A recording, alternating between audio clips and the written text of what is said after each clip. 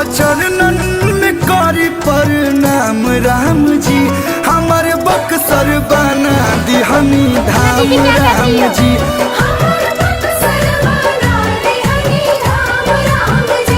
रउए कृपा से होता सब काम राम जी।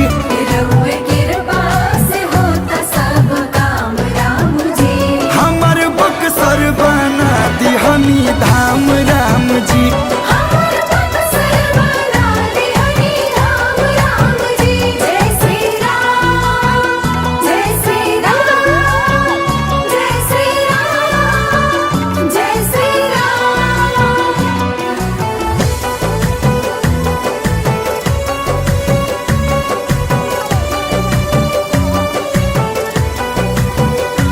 अवधि छोड़ी रघुनाथ विश्वामित्र जी के साथ ओह तड़का